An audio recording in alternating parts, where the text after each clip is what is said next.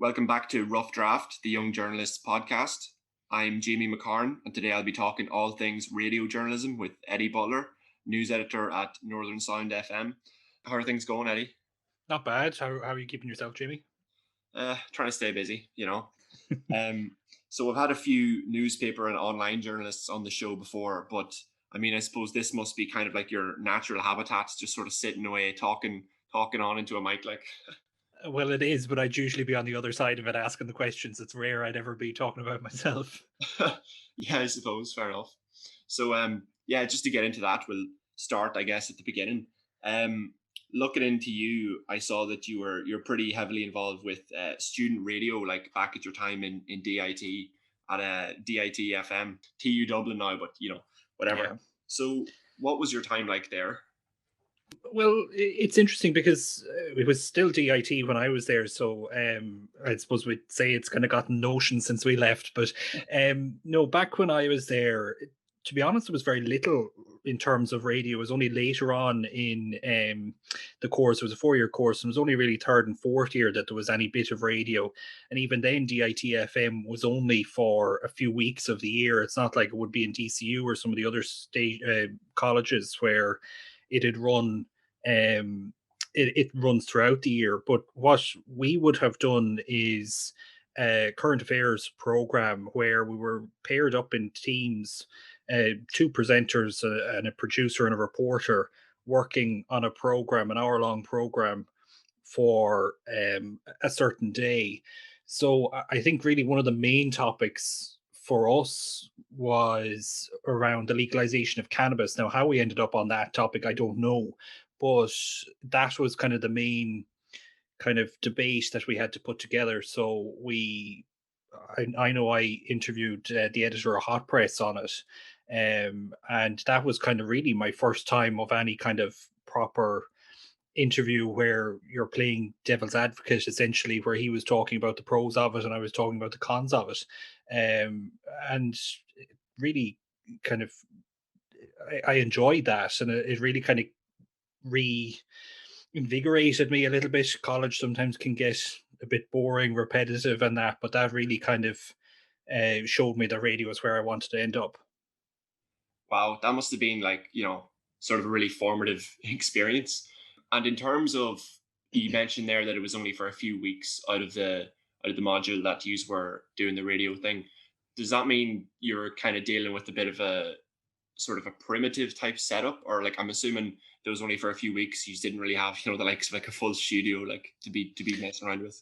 There was a full studio, but you see, what ended up happening is that you end up sharing resources with other courses. So there was, I think, film and television production and music and that, where they were using it as well. So that was really the only time we ended up in the studios, was for that few weeks of kind of getting a bit of an insight into how a studio works. And then kind of you're really thrown in the deep end. Obviously, you have your lecturers, you have your mentors, but it really, in a way, it's good because you're thrown in at the deep end. You know very little, and if something goes wrong, you have to kind of figure it out yourself.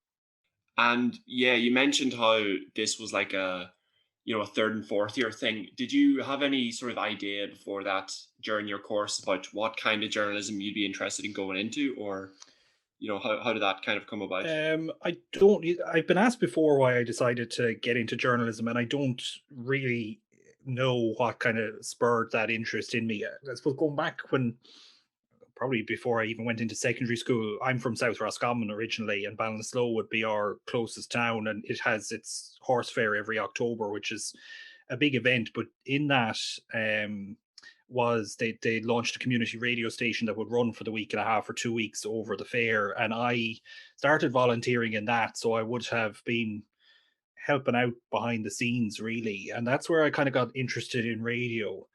I did the Leaving Cert in 2010 and ended up in a creative media course in Dundalk, which I didn't really like.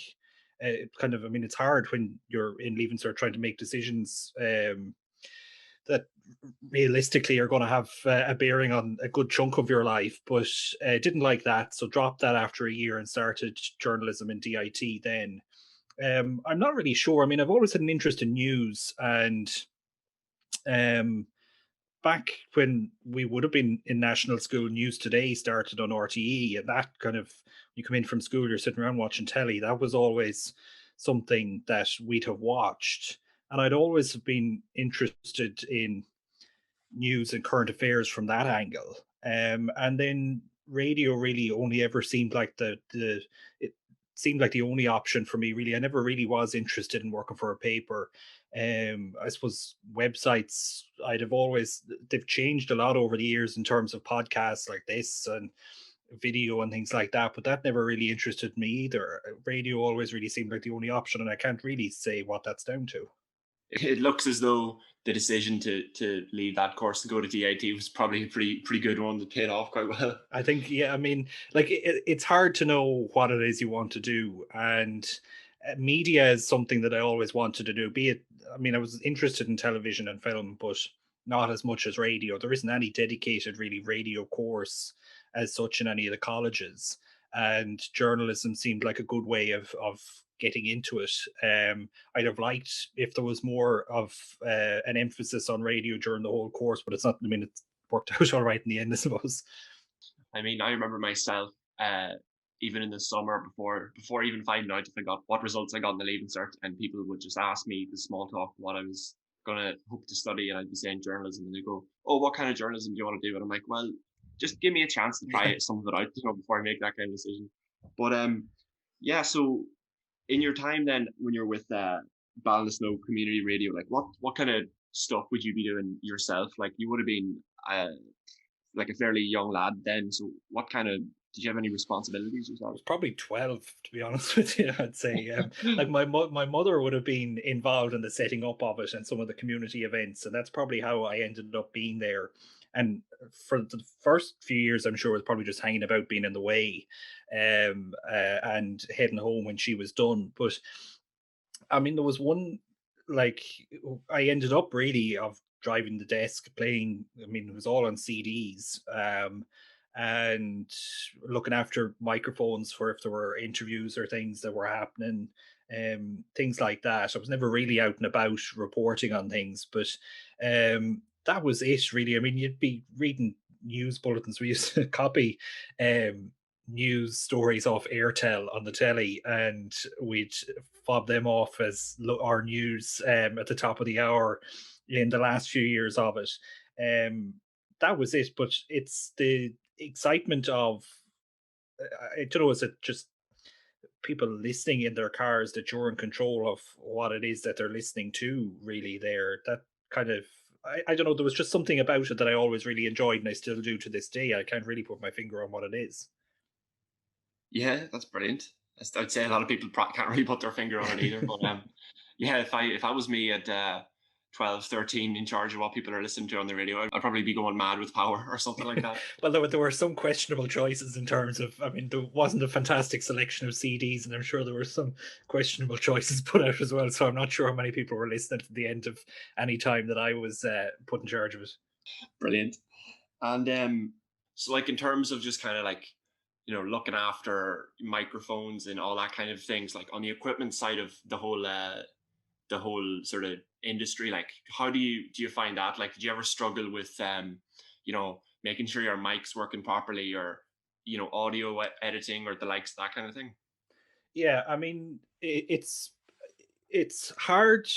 I mean, it can be complicated. I mean, I'd be training people in at work sometimes, and you can kind of tell fairly quickly how quick someone's going to pick up what it is they need to do. I mean, a radio studio is a complicated place. Radio equipment can be very complicated as well. I mean, for college, if you chose radio in your last few years, you had to buy yourself a Zoom recorder, which, I mean, it was a good investment. It seemed like an awful lot at the time, but it's been a good investment for me since, because I'm still using it at work. But they can be very complicated. It can be scary, really, to be sitting in a full radio studio on your first time. And I mean, I'm quite good at, if I am reading something in a book, it never really makes too much sense to me, and I can't get my head around it. But when I'm handed a piece of equipment and you fiddle around with it for 5 or 10 minutes, you fairly quickly figure out what it is you need to do. And I know for some people it can be worrying. It can be, especially when you're thrown into the deep end. I mean, local radio hasn't the budget for a whole lot of staff, so you end up doing a lot of things. You have your hand in a lot of pots, really, where you're a jack of all trades, and you need to know a bit about a lot of different things. So it can be scary sometimes when you're thrown in, say, for the half five news on your own, a half hour news bulletin, and you might be the only person in the office. If something goes wrong, it's up to you to figure it out. It is scary sometimes when things do go wrong. You do make mistakes. That's the one thing I'll say to anyone thinking about getting in radio. I mean, you're going to make a mistake at some stage. It's about keeping a cool head and seeing what the problem is. Could it be this? If it's not that, it might be something else, and kind of work your way through the problem to figure it out as quick as you can. There's a lot of pressure. I mean, dead air is the thing that everyone in radio hates, and it might only be 10 seconds, but it feels like it drags on for a lifetime, because at the end of the day, say if there's issues with the audio on a television, you still have pictures, but if there's issues with the audio on the radio, there's silence. And that worries an awful lot of people. But what I would say is that don't panic. If you panic, you're going to make things a whole lot worse. And that's the one lesson I've learned over the years, is that if something goes wrong, you're better off just keeping a level ahead and dealing with it as best you can. Yeah, you made a lot of very good points there. Can't wait to get back to some of those in a minute. But speaking of Zooms, like I was lucky enough for Christmas to get a wee secondhand Zoom recorder for present. And unfortunately, though, because of this whole COVID situation, I've probably recorded about 10 times more things using, the Zoom conference call thing instead of the actual Zoom recorder, unfortunately. But yeah, you mentioned kind of having to be a bit of a jack of all trades and, running all these sort of different things. Like, you yourself, would you ever be involved in, like, or maybe in your earlier days, like, would you ever be involved in just some sort of completely weird, like little niche local thing that just kind of like stood out as being a bit, bizarre? In terms of local news, it's hard to say. Like, nothing comes to mind off the top of my head. I mean, what something that can seem quite trivial. Sometimes I feel national journalists, in a way, look down at the local papers and look down at local radio, and websites and things. But what we're dealing with are very important things for people. In my case, in Cavan and Monaghan, something like hedge cutting comes around every year as an issue. And people in Dublin, I mean, are probably laughing, what in God's name is the issue with hedges? But I mean, there's a very important road safety aspect of a hedge at a junction can make it very difficult for people to see out. It can be very scary for people out walking, things like that. Um, there are things like that. I mean, local radio is funny because it's such a part of the community. I mean, Joe Finnegan in the mornings would have some people on that are pure Cavan and Monaghan, really, in terms of they maybe never have been far outside of the two counties, never mind outside of the country. And they're like, I'm not mocking them in any way. Like, they are the people that we really want to hear from, because they're the people who listen to Northern Sound every day, and they know more about us, I'd say, than an awful lot of people do, because there might be a quick chat in the morning after headlines that you talk about something you did over the weekend and you've forgotten about it by lunchtime, but they remember that. Like, there's people who have worked, been through our doors, that have come and gone, and you might meet someone and they'll ask about such and such and how they're getting on with, or whatever, how their dog is or something like that. And I'm like, I haven't spoken to them in 2 years, so you've as much of a chance of knowing as I have. You see, this is the thing, is that something, say after the 7:30 headlines with Sean McCaffrey in the morning, you don't know what he's going to ask you as a quick 5-minute chat. And that's something that, I mean, by 9 o'clock, I'll have forgotten what we're talking about. But there's things that people will remember. Like, one of my first days was, he asked me about how you wire a plug. And do I know, there was something in one of the papers about people, the skills that people have forgotten. and one of them was wiring a plug and got it wrong. And to this day, that like 5 years later is still following me around. So that's the thing kind of with local radio. I mean, there are quirky stories that come up, but I still can't think of any of them. But that's the thing with local radio, is that it matters. It's so important for people because it's not RTE up in Dublin, people up in Dublin talking at them. It's people in their own local communities who are sharing the same experiences and that kind of thing. That's a great point. You do hear some incredible amount of just absolute characters like on local radio, just either ringing in or as guests, and it reminds you just when you just happen to strike up conversation with someone at the likes of, I don't know, Monaghan bus station or somewhere, and they would just tell you this like incredible story. Like it's the same kind of level of. I mean, that's it. Like at the end of the day, I mean, we're the local station. We're the ones that need to be talking to these people because I mean, we all have our own stories. I have my stories, you have your stories, our own experiences. But these are people who, an awful lot of times, wouldn't have the opportunity to be sharing those stories. And something that I might think is very trivial in my life, or they might think, sure, they wouldn't pass any remarks on it themselves, is something that I may never have heard of. It could be a really interesting story for me and for listeners. So that's why radio and newspapers, local papers, and things like that are so important. Yeah, definitely. And just sort of jumping back a wee bit to when you were talking about just the way things were set up, like as you graduated and everything, it seems as though like things have changed a bit like since then. I'd imagine. I mean, for one of my radio modules, the entire thing was just about podcasting, and back a few years ago, that would have been a bit of a much more sort of niche thing in Ireland. And I was just wondering, Mm. have you yourself noticed like many differences in the sort of like either radio or just even the wider journalism sort of landscape, like in the few years you've been involved? Yeah, like even I mean, I graduated in what 2015, and back then, like I mean, there were podcasts, of course, there were interview podcasts and things, but in Ireland, I could be completely wrong here now, but I don't think there were that many in terms of like news podcasts and that. And in the last few years, I mean, you've the Irish Times political podcasts. I mean, the Irish Times is a whole suite of different podcasts that are absolutely fantastic. And the other papers, even today, I was looking through Twitter, and there's other kind of political podcasts that are launching. I mean, in a way, they are. I mean, they're obviously threatening for radio in a way, but they are a big opportunity for student journalists like yourself, for papers to make the most of work that they are would be doing ordinarily, but may never be heard. Like, I mean, the amount of stories in the Independent, even that would come from podcast interviews that they'd have done on their floating voter politics podcast is unbelievable. Like that wasn't an aspect, I don't think, anyway, back when I started out in radio.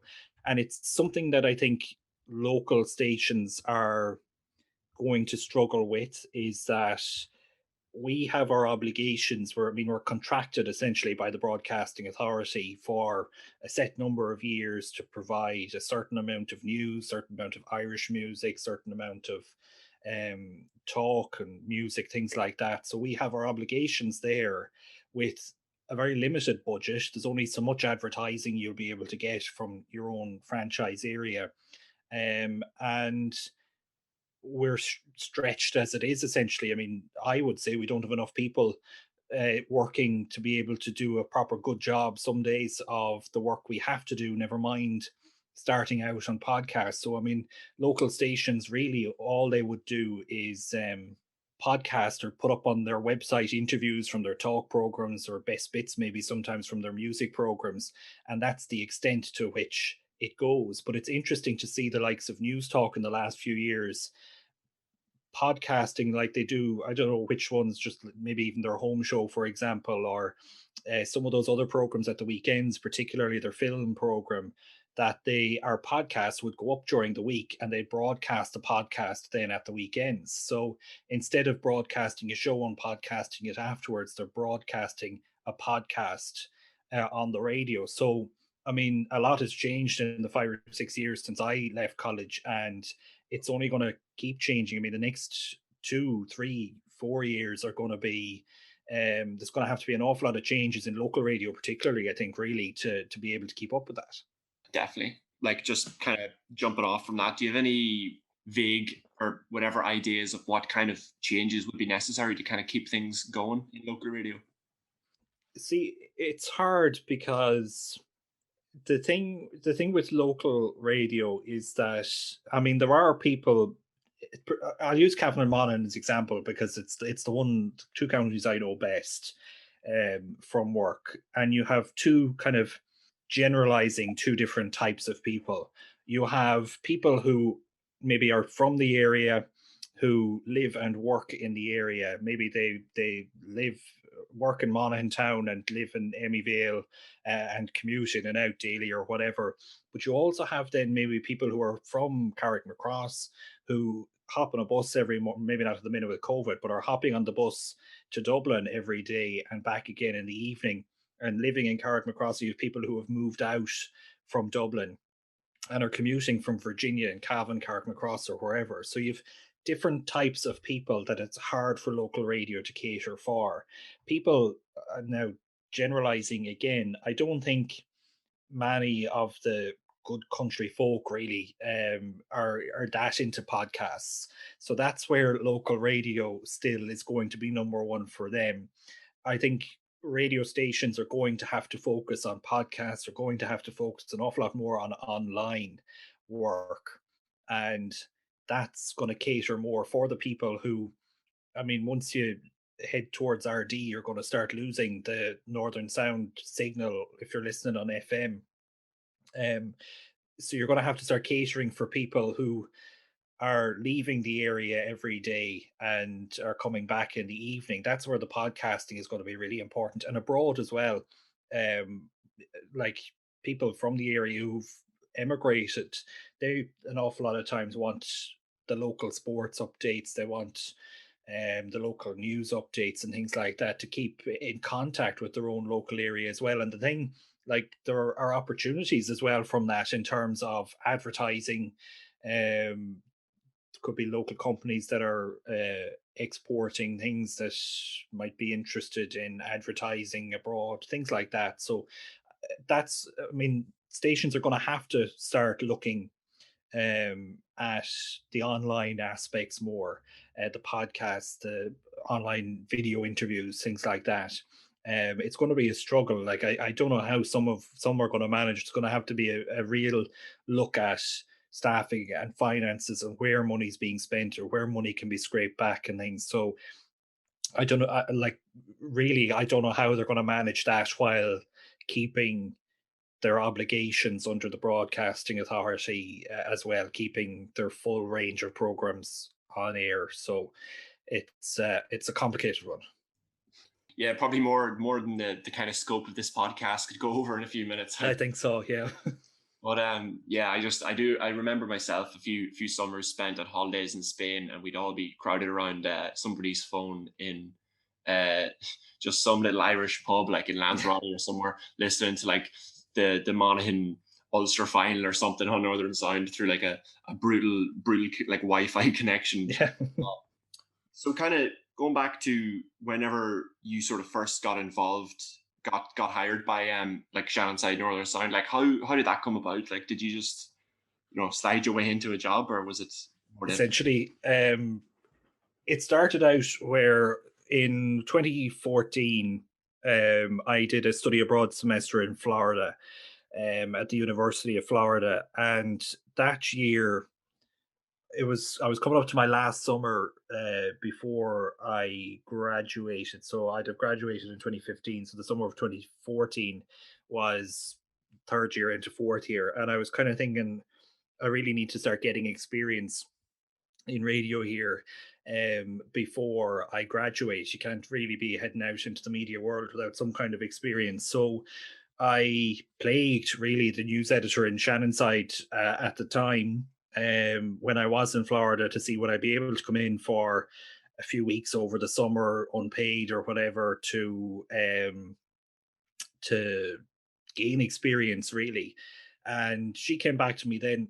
The local elections were happening that summer and they needed part-time staff, a few extra hands in the count centre. So she came back to me to see would I be available to work that?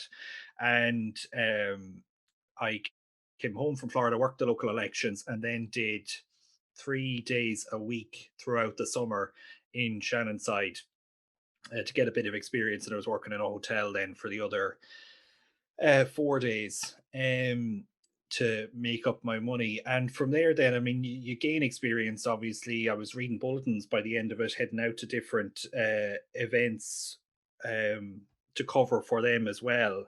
Then the opportunity came up at the end of that summer, around August, September time, of a weekend news journalist job in Midlands 103, based in Tullamore. So I applied for that, interviewed, and was offered that job. So I left the hotel and started in October of my final year of college of working in Midlands 103, looking after the news of the weekends. Did that till after Christmas, so February 2015. The weekend job, the equivalent job in Shannonside, Northern Sound, opened up. So I moved to that. And then later on, towards the end, November of 2015, a full-time job in Monaghan, a journalist job, opened up in Northern Sound. So I moved up there and I've been there since, and then took over as news editor in the end of 2017. So I was in Monaghan about 2 years before I took over as editor, and I've been editor since. So that's the long and the short of it. Brilliant. That seems like fairly quick move up the ladder. Like, great. I mean, I suppose it was. Like, the thing with local radio is, I mean, I said earlier, you're a jack of all trades. So the thing is that if you work hard and kind of prove yourself, it'll pay off. There isn't, in a way, there isn't room for ego. In a way, you are part of a team. You all have to be working together, because there aren't enough of you essentially for you to be out on your own thinking only about yourself. So I mean, it was a busy 2 years before I took over. You learn a lot. I mean, I was presenting the business program. You were filling in on the lunchtime program. You were reading news bulletins. There were long days, still are. But you learn a lot. And I mean, if you work hard, it'll pay off. So I think, I mean, I did work hard over those 2 years, and I mean, I think I've worked hard over the years since as well, and maybe that'll pay off again for me in some other way in the future. Yeah, exactly. And so you got that job about, I think, 3-ish years ago. So you'd obviously have a bit of experience on things like life before COVID, and how things have changed since. But in the time before coronavirus was a thing that people knew about it, and it came and wrecked the world. What was your sort of daily responsibilities as a news editor, like back then? I mean, as editor, you have overall authority really in terms of the news output for the station. So in Monaghan, there are four of us full time in the newsroom, myself and three journalists. So you're working to manage them, to make sure they're the best that they can be. But at the end of the day, you're making sure that they're doing work that's going to be paying off for the station as well. Um, and I mean, there's no typical day in news, but we would work together in terms of, we still are, we have a morning meeting and kind of plan out how things are going. Obviously, there's always going to be unforeseen things that are going to happen that you're going to have to react to quickly. And we would delegate then news reading or news bulletins to read, interviews that would have to be done. I'd always try to give the lads or myself a bit of a heads up if there's some meeting that has to be attended, or some announcement or a minister coming that we're going to have to go out to, so that they have a bit of heads up to prepare themselves to head out to that in the morning or whatever. You have your reading over then as well. You're reading over stories that have been written to make sure that there aren't mistakes in them, that someone isn't being misquoted, or that I suppose all of the information that needs to be there. I mean, you could be talking about some project that's been ongoing for 5 or 6 years, and there might be a little bit more that's needed in it in order to give more background on what's happened in the last few years, and things like that. And then also, I mean, you're looking ahead, you're planning what you're going to be doing in the next few weeks or months, in terms of projects. Like mean, in the time I've been, I mean, it's incredible to think it's only 3 years when we had the abortion referendum, we had the presidential election, we had the local and European elections, we had the general election last year, we've had COVID.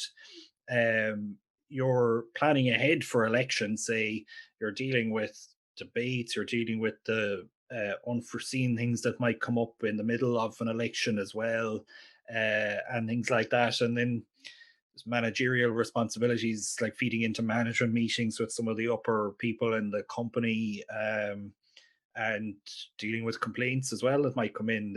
Any complaint that comes in to us has to be under the BAI rules, has to be replied to, and things like that. So, I mean, there's a lot that you kind of have to be juggling and balancing. And then, I mean, it's not like I'm sitting in an office all day not taking part in the news. I mean, I'd be reading news bulletins for most of that 3 years. I've been presenting the lunchtime program as well. So you're doing the day-to-day news reporting and reading, as well as trying to juggle some of the administrative stuff as well. So it can be complicated at times. It definitely seems, quite complicated even just from hearing about it like secondhand. But yeah, you touched on like complaints there. Like, do you get many complaints, and is there anything to them, any substance to them, or is it just kind of a bit? Like, it's a hard one to answer. Some of them, some of them are well-founded complaints, and there has been an issue. We have made a mistake. We've dropped the ball, and there are consequences to be paid of that. Be it sometimes there might be a clarification on air, and I mean, there are times for local stations where things have ended up in court, and things like that. No more than RTE or any of the papers. I mean, we have the same responsibilities. Other times, then, I mean, the problem with being a local station is that we're like it we're part of the community, so it matters more to people, I think, sometimes if they're featured on Northern Sound or in the Northern Standard, the Anglo Celt or whatever, than it would if they were on RTE or in the Times or something like that.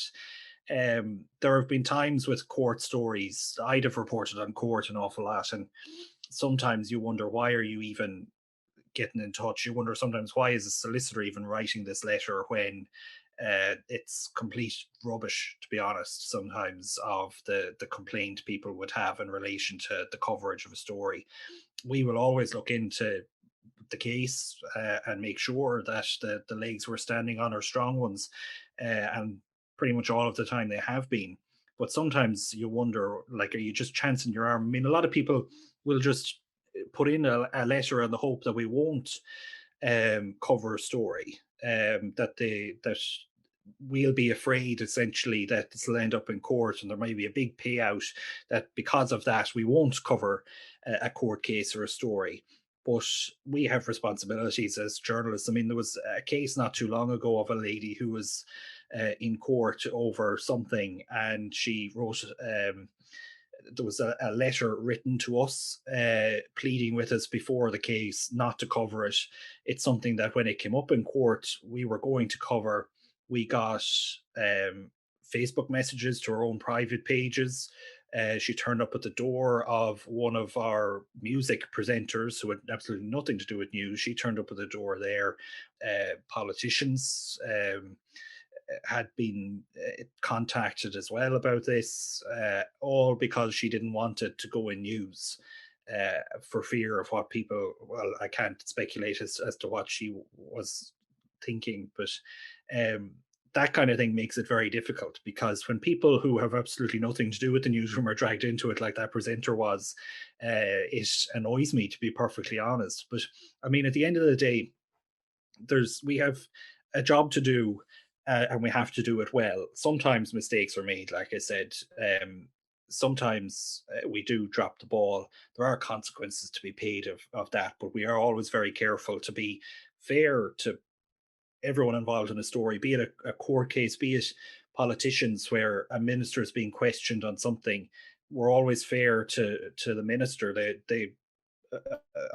Someone may be calling you out, Jamie, for something you did, and we may have them on to criticize you on the radio. We'll always give you the opportunity to come back and say, well, here's my side of the story. That's only fair, and that's basic journalism at the end of the day. But complaints, unfortunately, do happen. Yeah, that was a great point there about, yeah, I can't really imagine what it'd be like, someone just constantly getting onto you to try and stop you from, more or less doing your job. Like, I don't set out. I never set out to in journalism to make life difficult for people, and that kind of case troubles me, and it bothered me for a long time after it, because I didn't want to be making life very difficult for her. At the end of the day, part of the court process is that it's heard in public. Anyone, I mean, not at the minute, but anyone can turn up at court, and bar maybe some kind of sexual assault case, for example, or family law. The courtroom is open to absolutely anyone to attend, and that's the basis of it. We're permitted, we're allowed, we're part of the court process. Really, local media, national media, the media are allowed in to cover cases, and we have a job to do.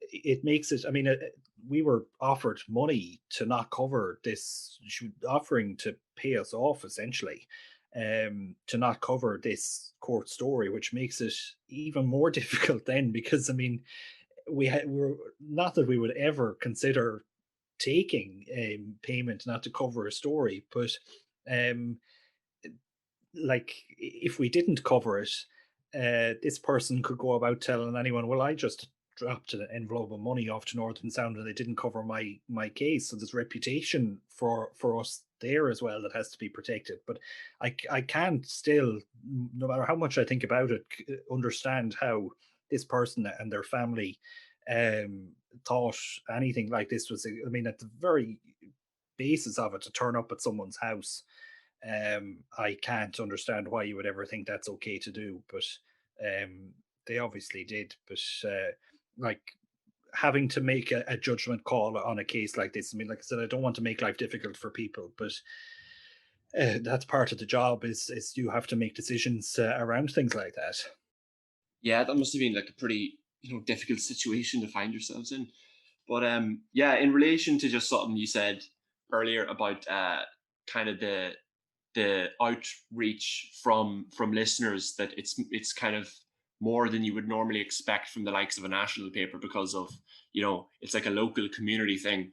I remember doing a bit of research for an assignment like a year or two ago, and I noticed that people would complain a lot about RTE's coverage of, we'd say, the repeal the eighth referendum or some other thing, and you would see a lot of coverage, or you would see a lot of complaints, people saying, "Oh, you're covering it too favorably for the other side," and vice Yeah, versa, from both ways. And then if you look at the statistics for, like, the likes of TV3 or something else, people don't care as much, because it's not like a national broadcaster or like a publicly funded thing, and it's obviously it's quite different. But you can kind of see a bit of a parallel there between, a not like RTE, well known as like Ireland's broadcaster, and then the same kind of passion that people have for, the likes of Northern Sound, and they're, yeah.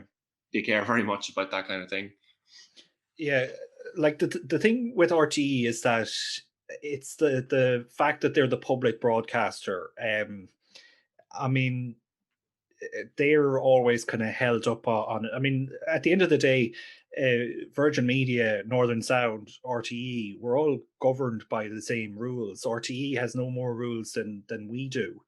There's the public service aspect of it. I mean, like, the Eighth Amendment referendum is a time I never want to go back to. I'll take issues with court stories any day, but uh, that referendum campaign was, I mean, you'd be disgusted by some of the things that went on in that, and how people, just journalists just doing their jobs, were treated in that as well, was disgraceful, really, from both sides. It has to be said locally, but like, the thing, I mean, with any general election, local election, or referendum, or whatever, we keep spreadsheets essentially that tot up the time of how much time Jamie McCarran running in the local elections has gotten, and John Burke running in the local elections in the same area has gotten. So we, or I mean, for the general election last year, we were pretty much bang on, fairly close with every candidate, that they all got exactly the same amount of time. And that makes it easy for us to see, obviously, for local elections, you could have an awful lot of candidates, that everyone is being treated fairly. We do honestly try our best to make sure absolutely everyone is getting a fair spin of the wheel when it comes to our coverage and things like that. Same with referendums. I mean, there was the one on the presidential election voting age as well, which was forgotten about. Um, you have two sides in a referendum. You have to make sure that you're giving equal airtime to both of them. And we have to do that. TV3 has to do that. Virgin Media has to do that. RTE has to do that. The thing with RTE is that, I mean, it's the public broadcaster. It's owned by the country, and people always feel that they should be getting more coverage, that the other side should be getting less coverage. There's always the perception that the opposition are doing better out of it than you are, and that, I mean, in some cases I'm sure could be the case, but I think in an awful lot more of them isn't the case. Exactly. And you kind of mentioned there about like sort of balancing time with different things. And I was wondering, like, when you're running like a current affairs program, like the Wider View, or even just generally like in your work, do you ever have any issues with like struggling to fill time on air with a guest or with a certain topic, or just, you know, um, just try and fill the time that you have as well as you possibly Yeah, can. like the thing with the Wider View, for example, and with other local radio programs, is that you can often be the only person. Um, like, I mean, just for example, the News at One on RTE could have. I mean, even Ray Darcy, I think, has 5 or 6 people, if not more, working on his program for however long that is in the afternoon. For the Wider View, there's a news team there, but the presenter is the person responsible for making sure they have a full slate when they head into that studio at 1:30. And that can be terrifying when you're starting out. You get used to it after a while, but there's an awful lot of pressure there to make sure that you're going to be able to fill that hour of radio. I mean, you can be let down. Thankfully, say Sean McCaffrey will put through calls for us.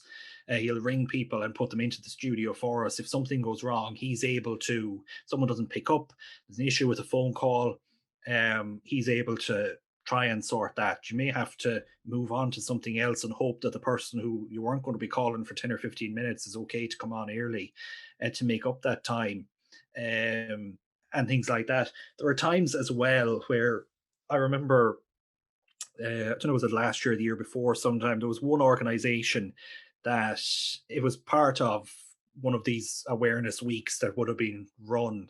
And they were organizing events and things like that. And threw a call in with their spokesperson, asked them, would you be free for 1:45 live on our program or whatever time it was? They're like, yeah, perfect. And gave a quick run through of kind of the aspects that they wanted to cover. And they were like, yep, perfect. They would all be ready to go, and rang them. And then you were getting 1 or 2 word answers out of them and very little more. So what you'd hoped was going to be a 10 or 12 minute interview, you were lucky if you're going to get five. And you can't get blood from a stone. So you have to get through this, fill as much time as you can, go to your break, and hope that someone in the newsroom is going to be able to organize something else or drum up 5 minutes of audio to make up your time at the end of the program. Things like that. So it's difficult like that to be able to juggle. I suppose, I mean, I'm in the job and I'm in monitoring so long now at this stage that I can know kind of what things are there that might make possibilities if we are stuck. You'll always make sure you have a backup there in case. Sometimes that backup might fall through as well, or you'll have a pre-recorded interview that you'll be able to come back to if you have issues during the program, things like that. But you have to kind of have a bit of an encyclopedic memory in a way sometimes to be able to remember such and such that might be able to tie in with the thing we just talked to. They might be able to give and the other side of the story at short notice, things like that. So you have to be quick on your feet, and you'll be exhausted some days coming home from work because you've had to essentially do so much thinking really, that it wears you out. But uh, I wish I could say I enjoy those days, because I don't, but I know some people do. Oh god, that really does sound like a nightmare. Yeah, just trying to drag answers out of people. Like even for just this show, it's pre-recorded, and I don't have to fill a specific Yeah. amount of time. But even then, just the amount of questions I write out, and I don't. Thankfully, I don't even have to go near half You of them see, because like, people the thing, actually want I to know. get people might be nervous. I get that people might be unsure of themselves, but I expect that from a member of the public who has gotten in touch with us about an interview, who might be a bit reluctant. You might have had to talk them into coming onto the program. I expect that from them. I really don't expect it from a spokesperson for a national organization at the start of one of their big weeks to really get their name out there and fundraise and organize events and things like that. That thing frustrates me.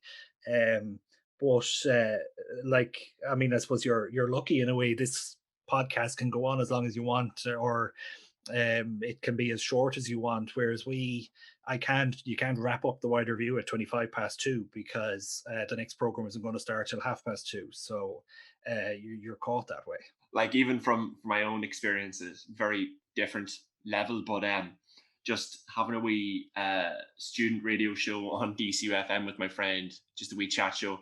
And unfortunately, because of the like of COVID and stuff, there's no going near a studio. You're just streaming on the internet. But the funniest things just always go wrong. Like when you're live, like we probably never have any listeners at all, but it's just funny. The way it works is we have to play music directly from our computers by like YouTube or something, or Spotify, but we don't have Spotify. So it's you just funny little moments where you go to play a song and an ad would come on, and I'm just there like doing a little, tying it in and going.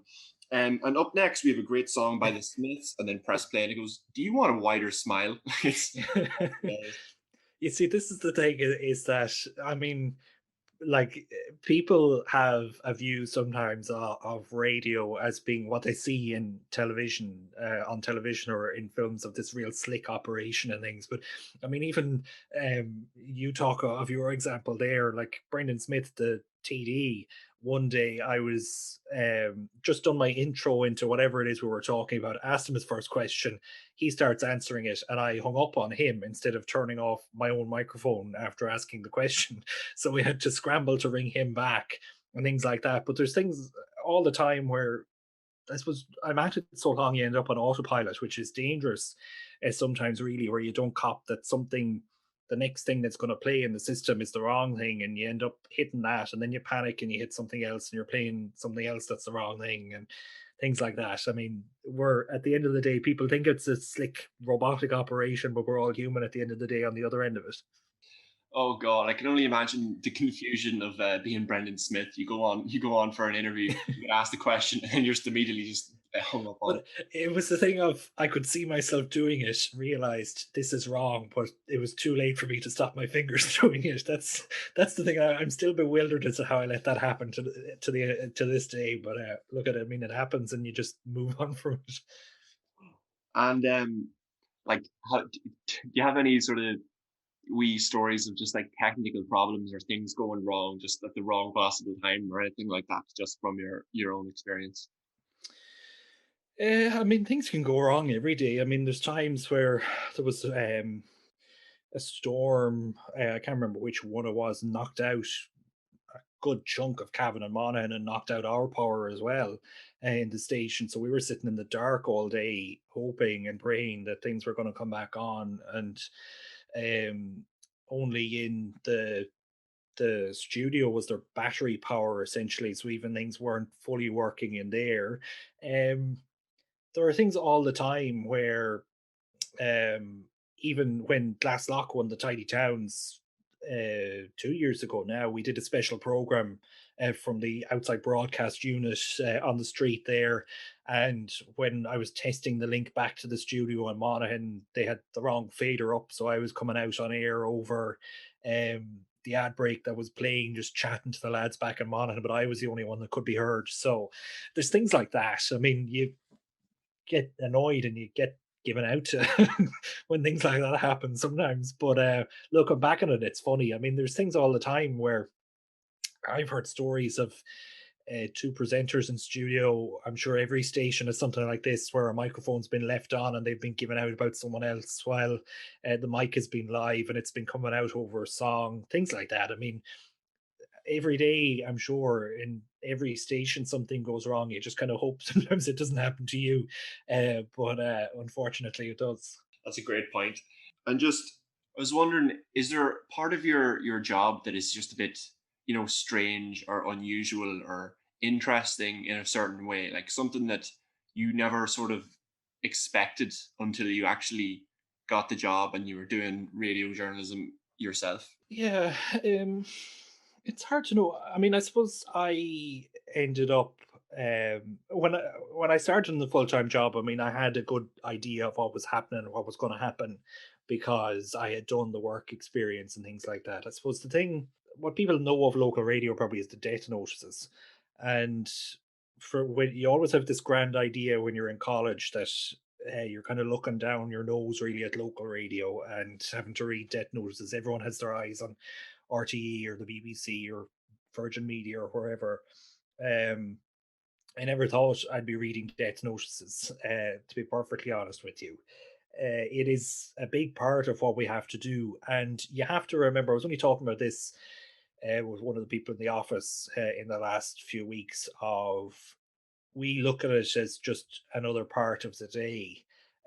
You set aside 5 6 minutes or whatever at the end of one of your main news bulletins when you're doing out your rough idea of timings. You set aside that time to do the death notices. It's just another thing we have to do, but that um, you forget that at the other end of the radio are a family who's lost a loved one and are listening to that.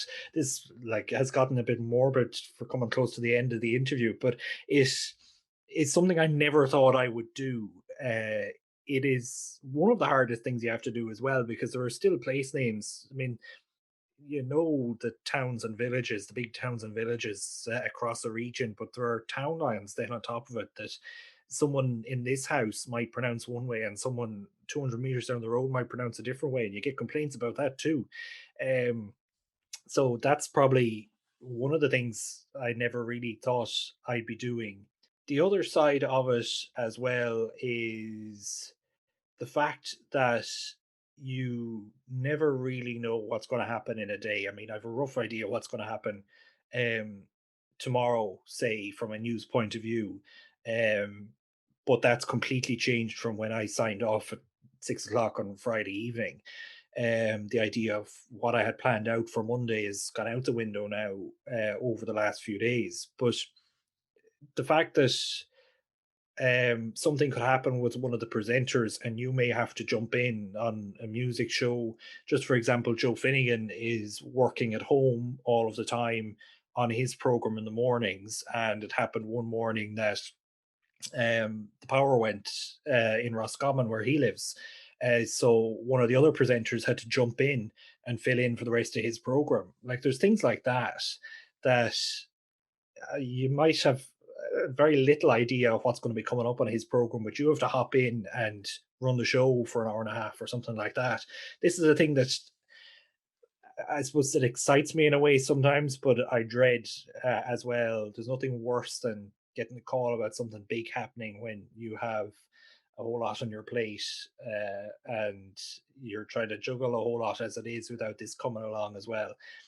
So that probably isn't a great answer to a question like that, but that's the reality of it, I think, as well.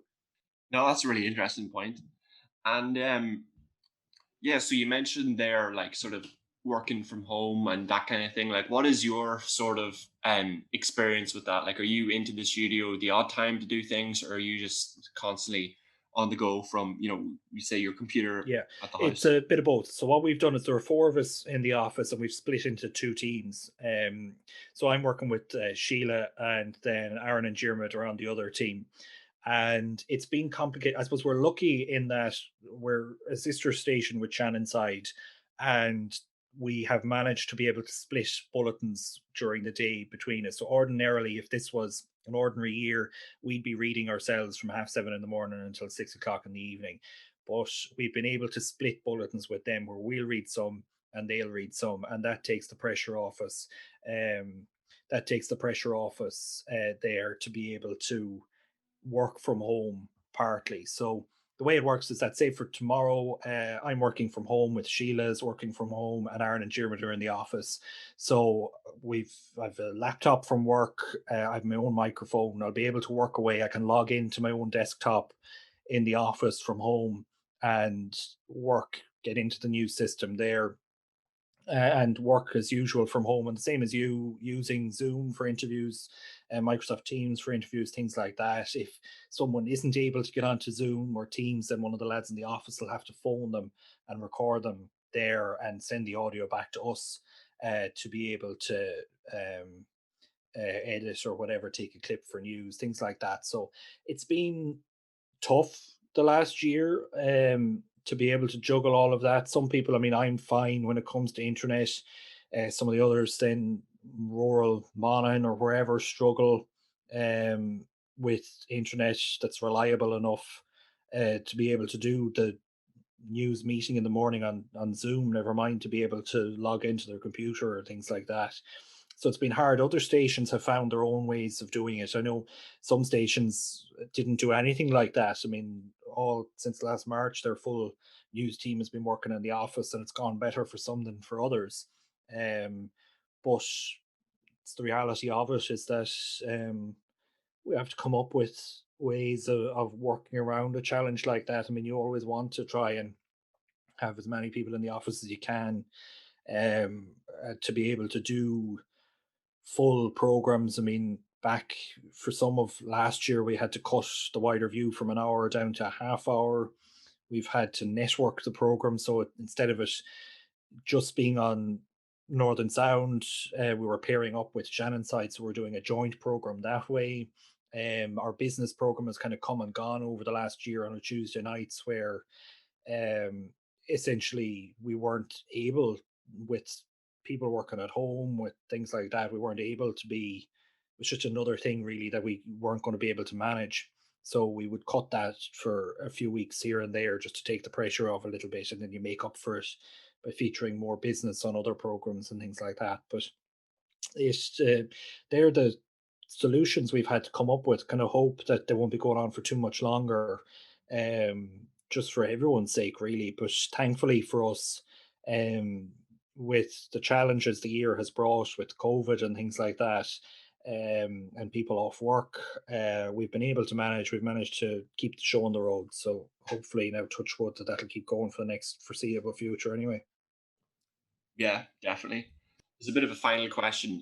Obviously you were talking about the challenges of COVID there, and just from my own perspective, I was wondering if you had any advice, like for students that they're doing their placements, but they're going to be still missing out on like the actual newsroom experience, or just the missing out on in-person lectures in general. Like, do you have any advice for students on how to sort of come through the best they possibly can into journalism during COVID? It's going to be hard. Like, I mean, we've had people in touch with us looking for placements and that, and you have to turn them away because, I mean, if we can't have our full news team in the office, we can't be having someone on work experience coming in as well. Um, so it's hard. Like, I mean, I enjoy having people in on work experience, and to get their insight into it and to give them a bit of an insight into what we do. So it's unfortunate that way. But I suppose the advice I would have is that, in a way, it's good for you to be working like this because it shows you some of the challenges that might come in your day-to-day work. Where, I mean, it's been difficult for us the last year working from home, but at the end of the day, you could be heading out to, you could be reporting for a day from some event or crime scene or something, with your own laptop, with your phone, and you're trying to hotspot your phone to your laptop to be able to send a voicer back for the 1 o'clock news or something like that. I mean, it's good that you are being faced with a challenge, and you're having to try and come up with workarounds for it. So the advice I would have is make the most of the time as well, in a way where, like, you have your podcast here, is that you need to have something to show for yourself, really. I mean, local radio really is kind of in a way, it's a good entry point into the media world. But even like, I can't get over sometimes the CVs we get in, if we have a job opening, of the experience that some students straight out of college have gotten themselves of their own accord. Um, I can't get over how much they have done in the time that they've been in college or things like that, compared with even what I had done. And you can't sit back and relax. I mean, COVID, you can't be traveling outside your 5 kilometers, but that doesn't mean you can't be gaining experience. There are ways of gaining experience. Take it upon yourself, like you have. Write freelance bits for websites or whatever, newspapers, things like that. That's the advice I would have, because there's an awful lot of competition out there for businesses, for media companies, but there's a lot of competition for young journalists or media operatives or things like that as well. So that's the advice I'd have. I mean, COVID has been tough for all of us. Some people have, their families have suffered or whatever, but from a professional point of view, it's a good experience because you've been faced with a challenge, and it has forced you to adapt. It has forced you to take it upon yourself. With lectures might be missed, lectures mightn't be happening, things like that. You kind of have to educate yourself in a way on things that you might have been learning in a lecture hall. So it's good that way, that it has forced people to kind of to not sit in their laurels, really, and just wait for someone to hand something to them. It really has forced people to take it upon themselves. Yeah, that's actually a brilliant point. I've asked that question a lot on this show and had a wealth of different answers, but yeah, that's a very interesting and unique way of looking at it. So thanks so much for coming on the show. Not at all. Thanks a million for asking me. And so you heard it here first, guys, straight from Eddie Butler. Don't waste your time during COVID. You know, there's a lot of things to be doing instead of just, making banana bread or whatever. So I hope you guys enjoyed that episode and stay tuned for the next Rough Draft podcast.